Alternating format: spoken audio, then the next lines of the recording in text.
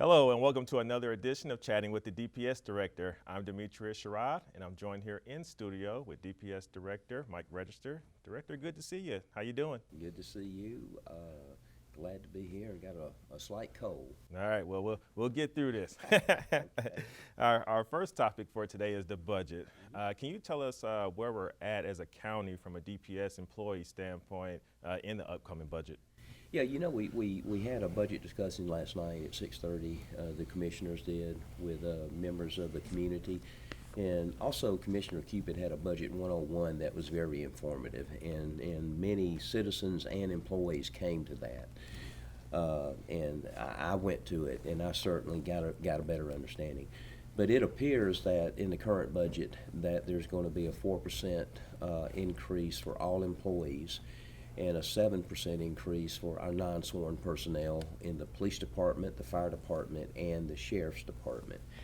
That's going to be a great thing, the 7%.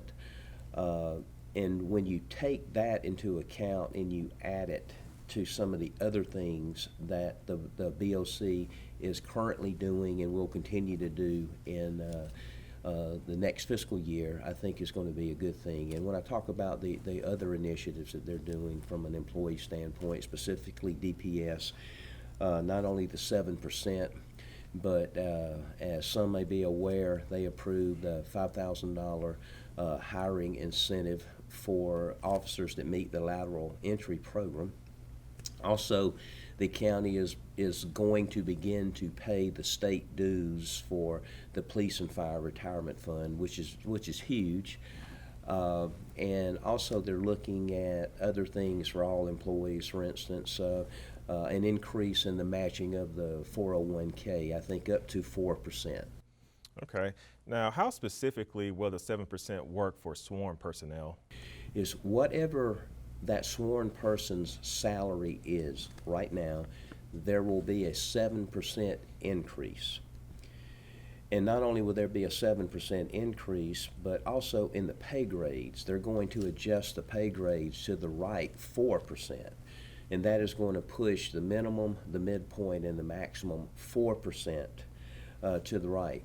And that's a great thing. Not only the sworn personnel that are authorized for specialty pay, that's going to help that. But man, just think if you are on the promotional list, or well, I'll give you an example. A field training officer in the police department gets 10% more for being an active field training officer. Let's say that officer got 7% in October, and then in December they were activated as a field training officer. Well, that's an additional 10%.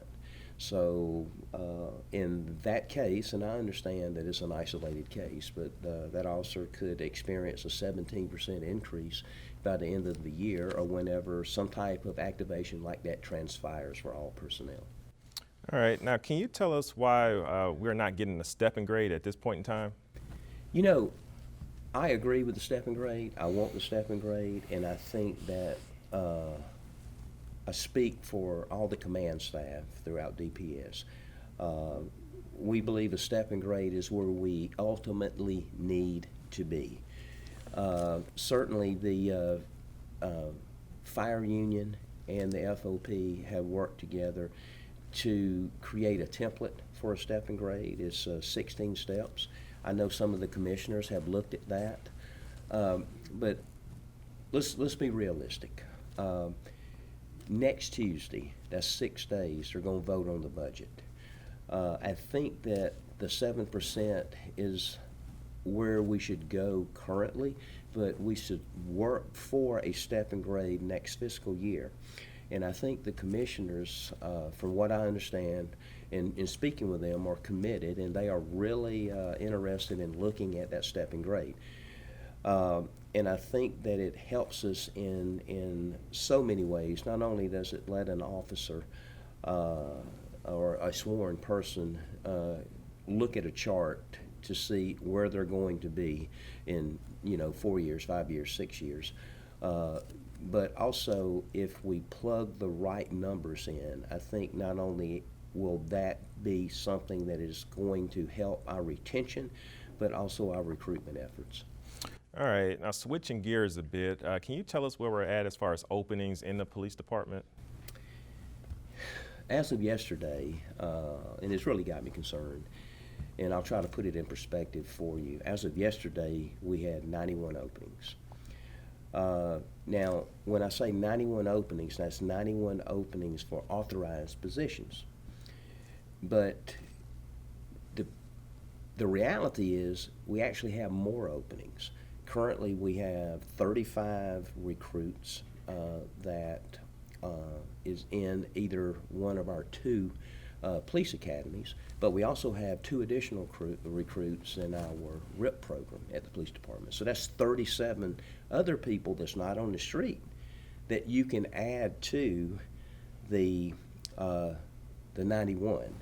And so that brings us up to about 128 authorized positions that are not on the street. And then, to make matters worse, we have about 20 personnel from the police department on military leave, extended military leave. Well, now we're up to about 148 of our authorized positions. We have 716 authorized sworn positions. That's about 20% of our authorized sworn positions, and it has a tremendous impact in so many ways, from response times to safety concerns, and hopefully with what the commissioners are planning to vote on and some of the other incentives that we've talked about today, it's going to slow our attrition rate but help with our recruiting efforts. All right. And last up for the day, can you tell us what other things are happening in Cobb DPS right now? Oh, a lot of good things. When you look at the fire department, again, I think I mentioned this in an earlier segment, but near the end of July, they are going to have a state-of-the-art physical agility testing facility that is being built at their annex right off of Austell Road. And it's not even finished, and I'm impressed with it. We also talked about some of the recruiting strategies that we're using for the fire department. I'm really excited about what Chief Kreider and his command staff are bringing forward to enhance recruitment in all segments of society, specifically the minority portions of our community. And just this morning, we had a meeting about Station 1 for the fire department, the grand opening down in Mapleton. Commissioner Cupid was there, and it's going to. I think we're going to turn it into a very joyous community event. We're talking about a small parade. We're talking about activities for the children, hot dogs, hamburgers, and that should happen sometime a little bit before or after the Thanksgiving time period. 911, I know there's been some concern about some safety concerns for our radio operators that have to leave at adverse hours, walking to their car. There's been some incidents involving issues that have occurred that has caused alarm for the 911 operators. Director Davidson just got the fence variance approved by the city of Marietta, and so hopefully we're beginning to move forward with getting a fenced-in area, a secure area for our radio operators to be able to park and to also enter the building. EMA Director Masloom, she has been very active in a lot of things that she's doing, very proud of the work that she's doing. Matter of fact, July 16th, we partnered with the Atlanta Braves to do a Stop the Bleed. And that's not only good for from a PR standpoint, but man, it enhances the safety of our community. If something happens down there, not only do we have police officers that are trained to give immediate tactical first aid, but now we have a host of security personnel that are associated with the Braves and the Battery that can do the same. And also, I want to take special note. Chief Cox took my place as Chief of Police, and I just want to comment on the great job that he's doing. Man, I think he's doing a tremendous job, and he's taking the police department forward.